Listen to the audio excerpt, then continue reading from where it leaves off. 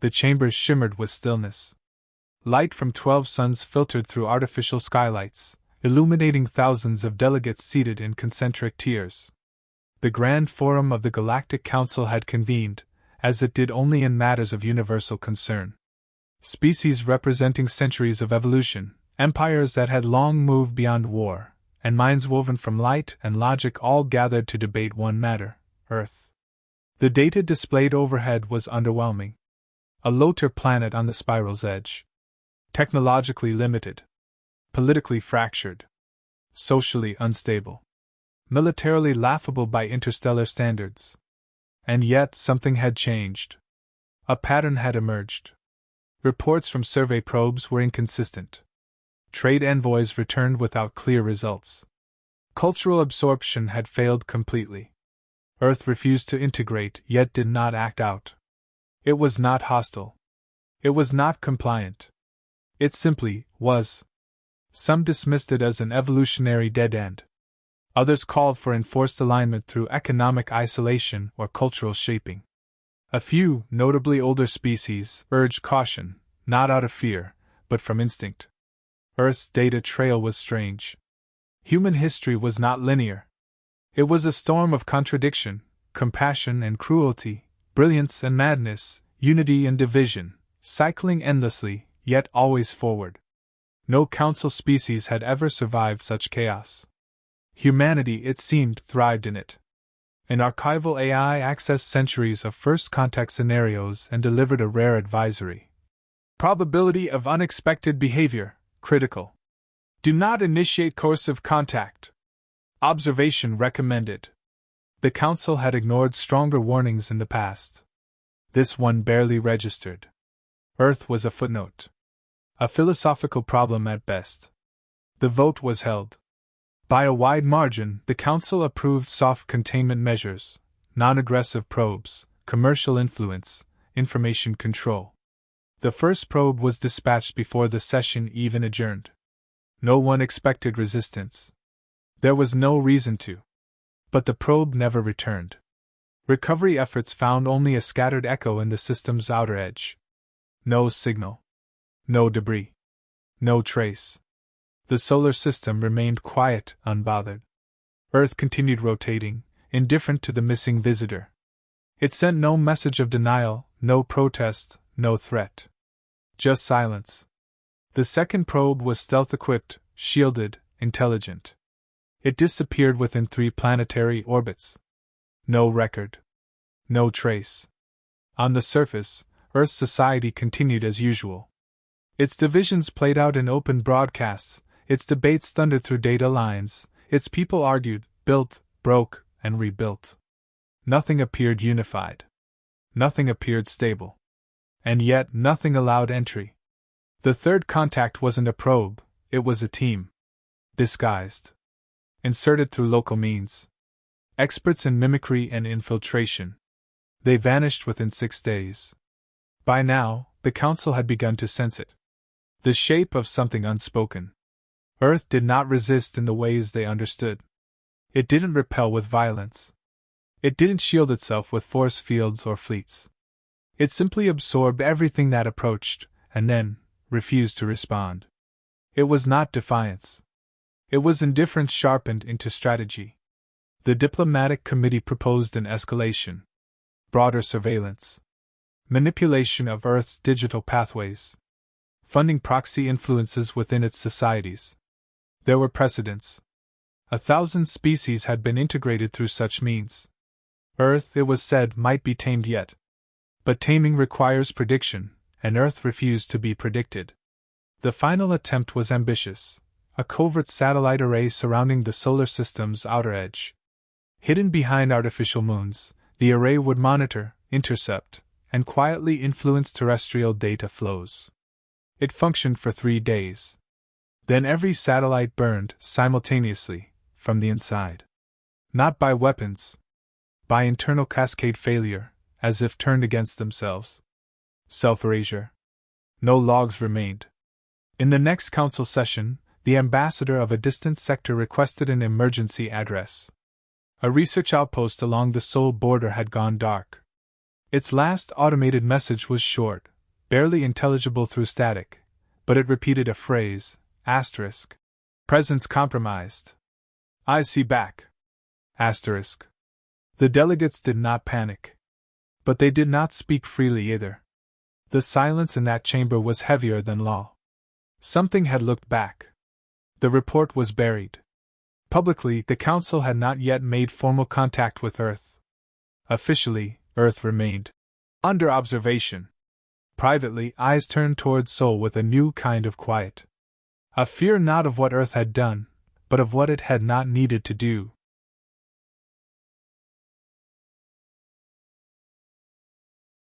They didn't declare war. They didn't broadcast warnings or initiate defense protocols. Earth simply continued, unchanged in appearance, undisturbed in rhythm, but somehow unreachable. From the outside, it looked like disarray. A species obsessed with division, endlessly debating itself, fractured along every measurable line. And yet, when the Galactic Council intensified its presence, every attempt to infiltrate Earth unraveled in the same way, not with alarms, but with disappearance.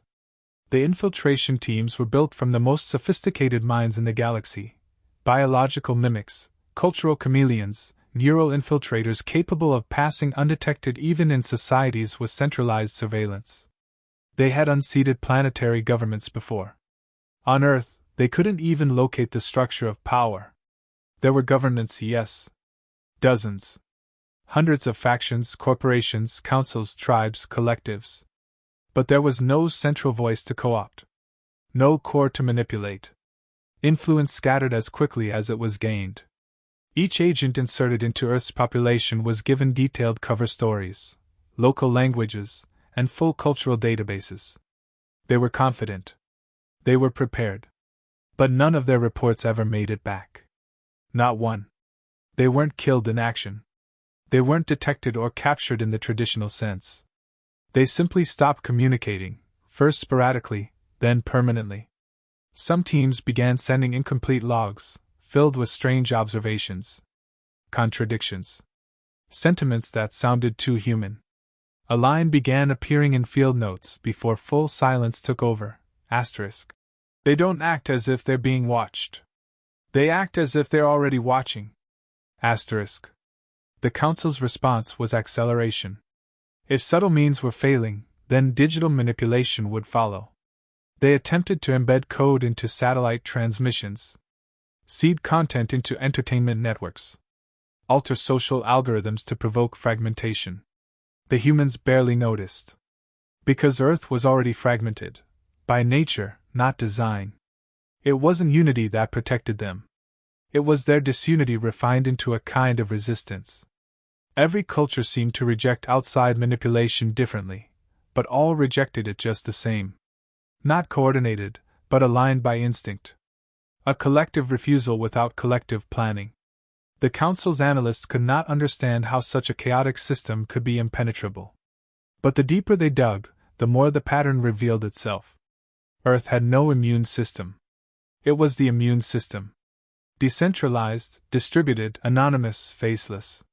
Humanity's history showed a civilization that had been infiltrated by itself over and over again. Betrayed. Occupied. Controlled. And every time, it had survived, not by stability, but by movement. It did not react like an empire. It reacted like fire. Then came the turning point. An array of covert satellites stationed in Earth's upper atmosphere began transmitting data normally. Then, mid-transmission, all telemetry was rerouted. Council servers were overwhelmed with a new signal. It wasn't encrypted. It wasn't hostile. It simply overrode every diplomatic channel with a phrase rendered in 1,000 Council languages. Asterisk. Observe us again, and you will never observe anything again. Asterisk. No signature. No claim. No face. For the first time, the Council debated whether they were the ones being surveilled. An emergency faction called for immediate containment. Others, shaken, suggested withdrawal. But even those who argued for escalation couldn't define a clear enemy. There were no commanders. No installations to strike. No symbols to desecrate. Earth's systems were buried beneath layers of noise and misdirection. No central AI. No predictable decision tree. Their infrastructure was scattered, inconsistent, yet somehow coordinated in its resilience. Reports began to trickle in from the fringes. Council operatives working within other species' domains were finding Earth's influence spreading, without permission, without presence. Ideals. Languages. Stories. Encrypted data packets hidden in music files. Rebellion manifestos rooted in Earth's long history of uprising. None of it official. All of it undeniable. The Council had faced warriors before. Conquerors. Ideologues. Fanatics. But Earth was none of these things. Earth wasn't trying to expand. It wasn't asking for respect. It wasn't negotiating or threatening or posturing. It was simply resisting. In a way the Council couldn't see, couldn't stop, and now, couldn't understand. The Galactic Council had underestimated many species over the centuries. But never before had it lost agents not to violence, but to conversion. Some operatives stopped reporting not because they were compromised, but because they had changed. And not to another loyalty, but to an idea. Something for which there was no word in the Council's languages. But on Earth, it had a name. Freedom. The Council had tried to define humanity by what it could see: machines, cities, digital trails, history logs. But the numbers told them nothing. Earth was chaotic, yes, but so were many young species. Unpredictable? Certainly, but others had been erratic too. What made this species different, they assumed, was lack of development. What they couldn't quantify, and what they never understood until too late, was the force that shaped every decision humanity made: principle. They tried to measure it. The psychostrategic think arrays ran simulations using every known moral framework. Dominion logic, binary consensus systems, high-priority calculations. None fit. The models broke down within days. The simulations spun into contradiction. Humans, it turned out, didn't act according to utility, or even according to survival. They acted when something inside them, impossible to locate or extract, declared a line had been crossed. And once that happened, they didn't stop. They didn't bargain. They didn't forget. The analysts began mining Earth's historical records in desperation, searching for a thread. They found war after war, rebellion after rebellion, against kings, gods, machines, tyrants, invaders, even each other. None of the Council's other client species had survived such internal destruction. Humanity had not only survived it, it had memorialized it. Celebrated it. Learned from it, until resistance itself became part of their operating system. There were entire civilizations within Earth's history that had fought and died not to win, but because they believed something mattered more than victory. That idea, so illogical, so wildly inefficient, was not a weakness. It was a fuel. One not even time could burn away. The term began to appear in Council dossiers. Principle-based resistance. It was not a tactic. Not a policy. Not even a belief system. It was more like gravity, pulling behavior toward a fixed point regardless of consequences. And humans, for all their infighting and madness, agreed on one thing: they would rather fall standing than live on their knees. That terrified the Council more than any weapon. Attempts to manipulate Earth ideologically had already failed. Now it was clear why. Humanity could not be guided, because guidance required trust. And humans did not trust easily. Their history was a long corridor of betrayal, by kings, by priests, by saviors, by each other. They had learned to question, to resist charm, to tear apart any lie dressed as kindness. This made them maddening to control, and impossible to conquer. Worse still, the Council's influence had not faded in isolation. It had reversed. Earth's ideas, unclaimed, unsponsored, leaderless, were bleeding outward, carried on untraceable data streams, in pirated networks, inside obsolete trade ships and re-encoded AI assistants. They reached worlds that had long accepted Council order and showed them another way. Not better. Not easier. Just unafraid. A Council-aligned species on the outer rim reported a complete ideological collapse. The cause? A series of anonymous manifestos translated into their tongue, distributed freely, filled with strange Earth phrases. Asterisk. You are not property.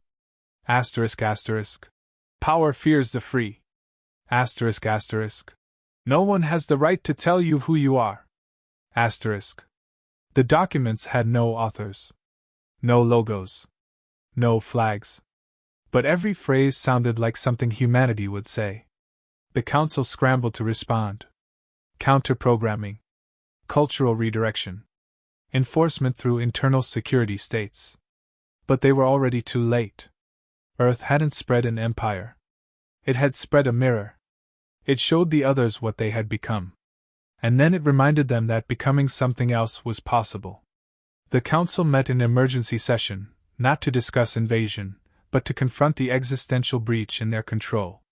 The fear was not that Earth would rise to challenge them militarily. It was that Earth wouldn't need to. That humanity had found a way to broadcast defiance without words, without fleets, without flags. The question was no longer how to stop Earth. The question was what to do when their own citizens started acting like humans.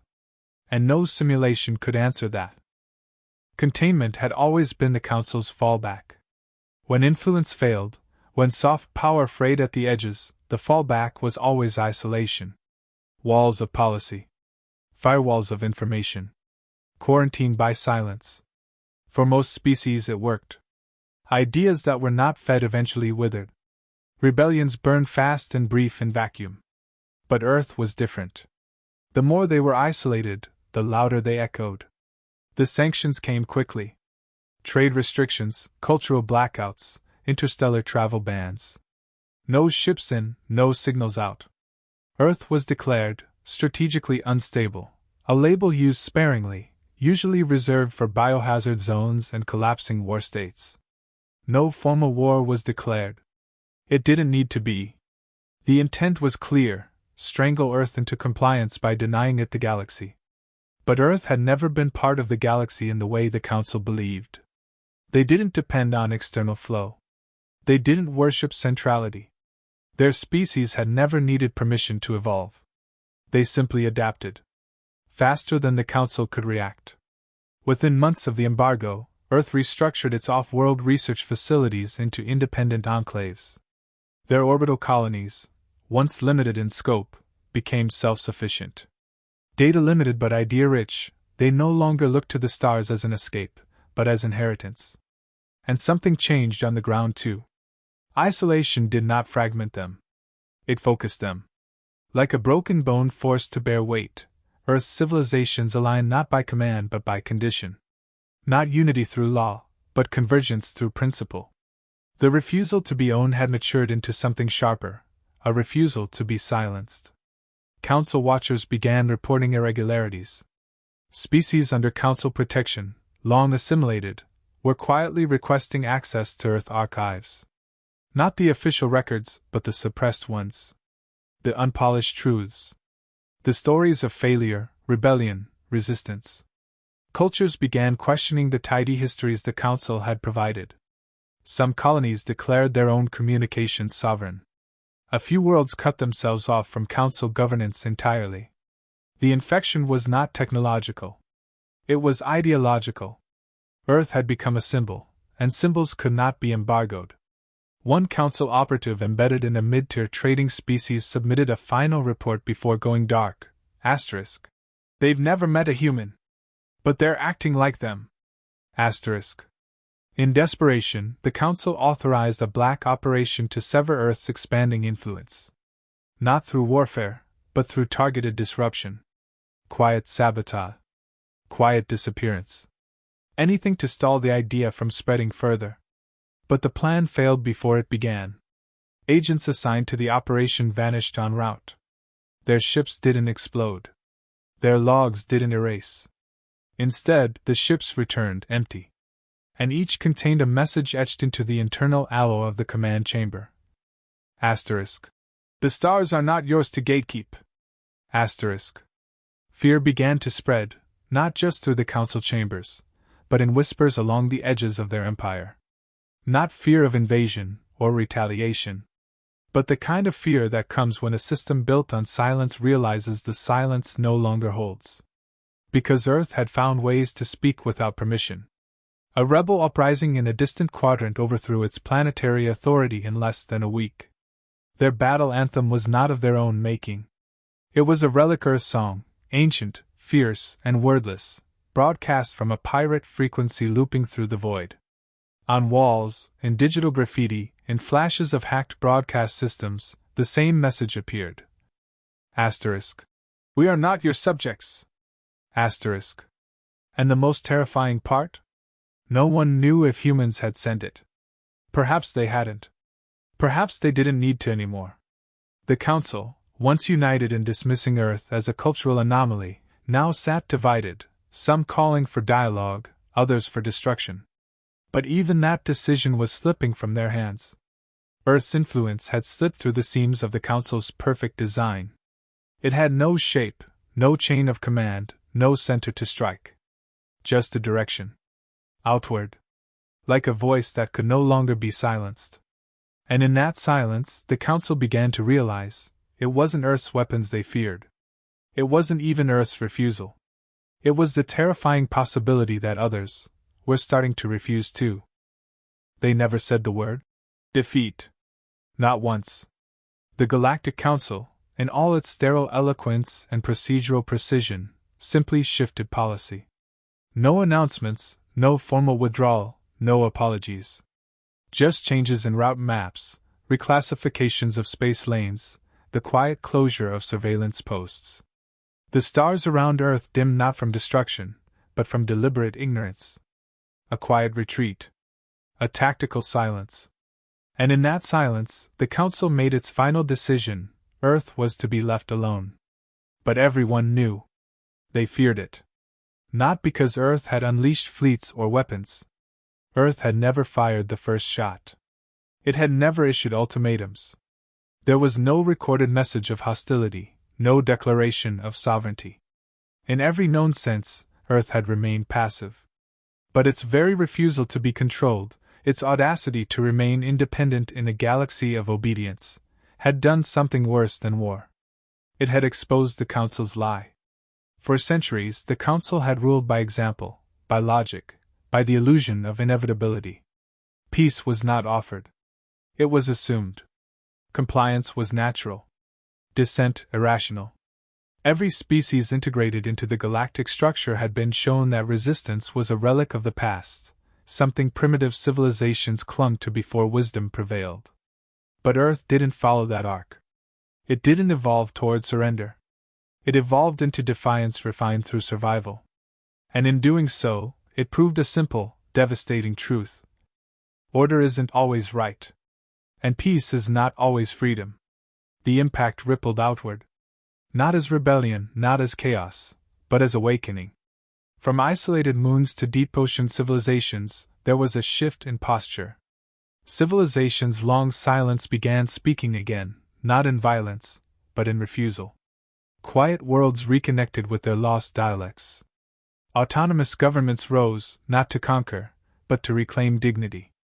And everywhere, the same thought flickered behind eyes that had once accepted their fate: if Earth could say no, so can we. But Earth never asked to be a symbol. It had no doctrine. No manifestos. No central authority preaching resistance. Its influence was not manufactured. It was earned through suffering, through memory, through choice. Each time the Council pushed, Earth didn't react with equal force. It simply adapted, endured, and made sure its scars taught lessons no one could unlearn. There was no parade. No announcement of victory.